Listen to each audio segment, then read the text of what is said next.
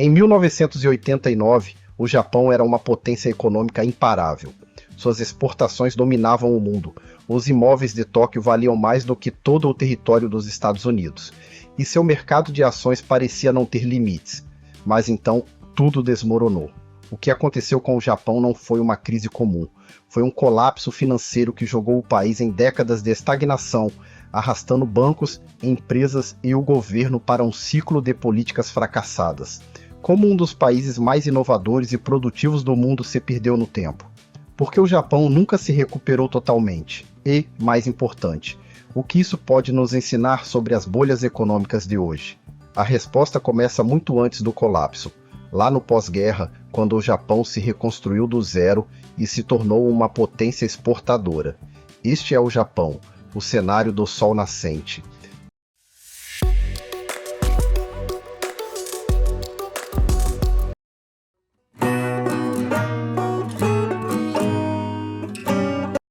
Para entender o milagre econômico japonês, precisamos voltar ao pós-guerra no final dos anos 40. Após sua rendição, o Japão ficou parcialmente ocupado pelo governo dos Estados Unidos, e sua economia entrou em recessão pouco depois, pois o país estava em ruínas. Suas fábricas foram destruídas, boa parte de sua força de trabalho morreu e as relações comerciais estavam estremecidas. Os Estados Unidos temiam profundamente que o Japão, assim como a China, caísse nos braços do comunismo. Para evitar isso, iniciaram reformas econômicas agressivas. Eles desmantelaram o sistema Zaibatsu, que concentrava riqueza e poder em poucas famílias. Reformaram as leis de posse de terras, dando aos cidadãos japoneses comuns uma participação na economia.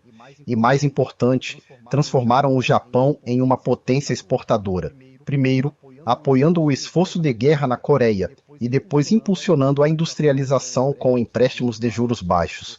Os resultados foram incríveis. De 1953 a 1957, as exportações de bens manufaturados japoneses aumentaram 143%. Compare isso aos Estados Unidos, com 51%, e ao Reino Unido, com 31%. Mas o Japão estava apenas começando. Em 1959, produtos têxteis de baixo custo ainda dominavam as exportações japonesas, e grande parte delas ia para mercados asiáticos inseguros e pobres. Percebendo isso, o Ministério do Comércio e Indústria lançou uma nova política industrial, direcionando o Japão a setores de alta tecnologia, manufatura de alta qualidade e parcerias comerciais mais fortes.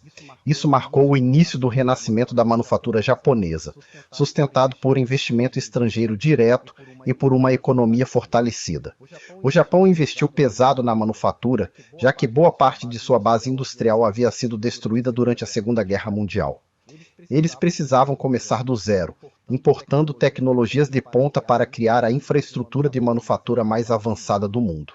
Em 1965, o Japão tinha superávit comercial e, em 1970, o país havia crescido as exportações em 380%, tornando-se a quinta maior economia do planeta, com o PIB 5 vezes maior, superando China, França, Reino Unido e Alemanha Ocidental. A economia japonesa não dava sinais de parar e continuou crescendo a uma taxa média de 5% ao ano por quase 15 anos. O principal motor disso foram as exportações. Se o Japão fabricava, o mundo comprava. Em 1978, a Louis Vuitton entrou em Ginza, Tóquio, e rapidamente se tornou uma das lojas com melhor desempenho. Na década de 80, Prada e outras gigantes do luxo se firmaram no Japão, vendo vendas recordes. O Japão estava em plena ascensão.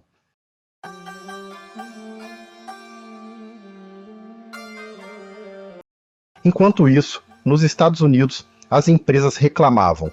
Entre 1980 e 1985, o dólar se valorizou quase 50%, colocando pressão na manufatura doméstica americana. Para lidar com isso, Estados Unidos, França, Reino Unido, a Alemanha Ocidental e Japão se reuniram e assinaram os Acordos de Plaza. O acordo era simples. O iene japonês precisava se valorizar em relação ao dólar, fortalecendo a economia de exportação americana e enfraquecendo o superávit do Japão. Sentindo a pressão dos aliados, os japoneses não tiveram escolha. Em 3 anos, o iene foi de 239 ienes por dólar para quase a metade, 128 ienes por dólar. A rápida valorização do iene encareceu os produtos japoneses e reduziu a demanda por exportações, enfraquecendo a economia. Isso desencadeou uma série de eventos que levariam às décadas perdidas do Japão. Para combater a economia enfraquecida, o Japão agiu rápido. Cortou as taxas de juros para um nível recorde de 2,5%, a mais baixa do mundo na época, e abriu os mercados de crédito, tornando a dívida mais acessível que nunca. O impacto foi imediato. A economia, que já estava em alta, se expandiu drasticamente. Cidadãos e empresas mergulharam de cabeça em especulações com ações e imóveis. O valor dos terrenos começou a disparar à medida que dinheiro barato alimentava a especulação. As leis tributárias japonesas só aumentaram o fogo, pois cidadãos comuns evitavam impostos sobre ganhos de capital, enquanto os ricos contornavam impostos sobre herança, tornando a aquisição de terras um investimento perfeito. Ninguém ligava para os prédios ou renda de aluguel. O que importava era apenas a terra. O sistema bancário também fugiu ao controle, com quase nenhuma checagem. Incentivados pelo governo a conceder empréstimos sem parar, bancos distribuíam crédito sem se preocupar muito com a qualidade, usando como garantia investimentos supervalorizados. Mesmo assim, o Banco do Japão hesitou em subir as taxas de juros, temendo esfriar o mercado. Em maio de 1989, porém, não houve escolha. Os juros subiram de 2,5% para 3,25%, chegando a 6% em agosto de 1990. Isso jogou o mercado em choque e pânico, e o Ministério das Finanças impôs restrições a empréstimos relacionados a imóveis, causando queda brusca nos preços dos terrenos, já que os compradores não conseguiam mais crédito para especular. No final de 1990, o Nikkei havia perdido quase $1 trilhão em valor, e o valor dos imóveis caiu em mais 3 trilhões. O sol havia se posto. As décadas perdidas estavam começando.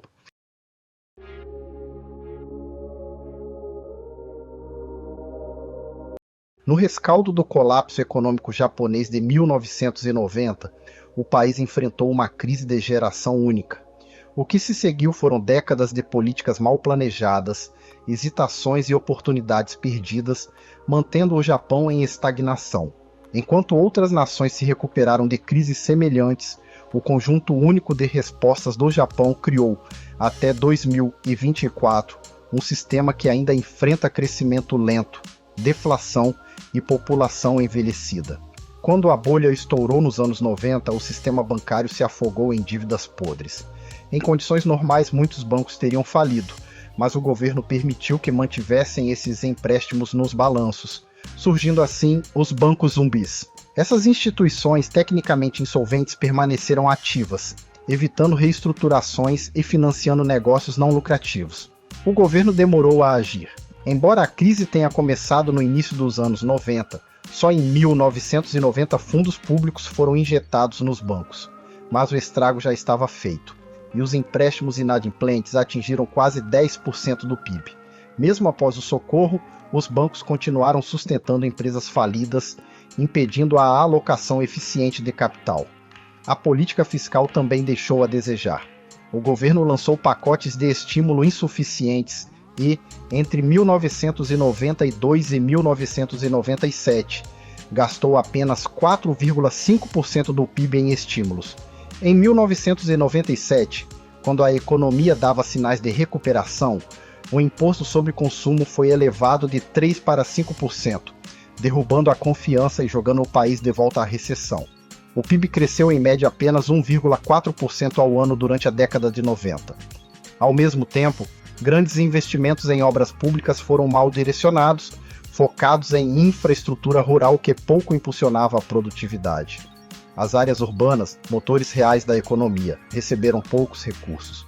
Na política monetária, em 1995, o Banco do Japão já havia reduzido as taxas de juros a quase zero, sem muito efeito. A deflação persistiu na década de 90 e 2000, e o afrouxamento quantitativo só veio em 2001, após mais de 10 anos em espiral deflacionária. No centro da estagnação também estava o triângulo de ferro, a relação confortável entre bancos, empresas e reguladores, sustentando companhias falidas em vez de estimulá-las a inovar ou fechar. Até os gigantes da manufatura e tecnologia demoraram a se adaptar. A recusa do Japão em abraçar a inovação ou permitir a falência das empresas criou uma cultura corporativa presa ao passado. Até hoje, a cultura corporativa japonesa é conhecida por ser rígida e antiga, valorizando horas excessivas e subordinação mais do que a eficiência. Importa mais onde você se encaixa na hierarquia e como as coisas sempre foram feitas do que buscar soluções inovadoras.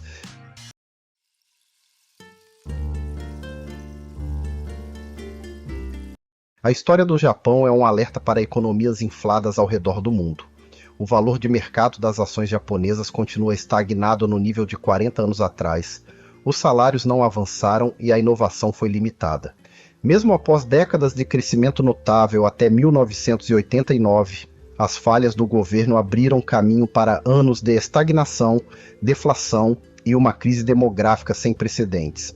Eles mantiveram políticas que ignoravam fundamentos, acreditaram que terras improdutivas eram o melhor investimento e permitiram que bancos zumbis e empresas ineficientes sobrevivessem às custas da população. Esqueceram que inovação requer riscos e que insistir em fórmulas antigas e esperar resultados diferentes é, literalmente, insanidade. Em resumo, a dívida não é gratuita. O governo não é onisciente e nem toda empresa merece ser salva.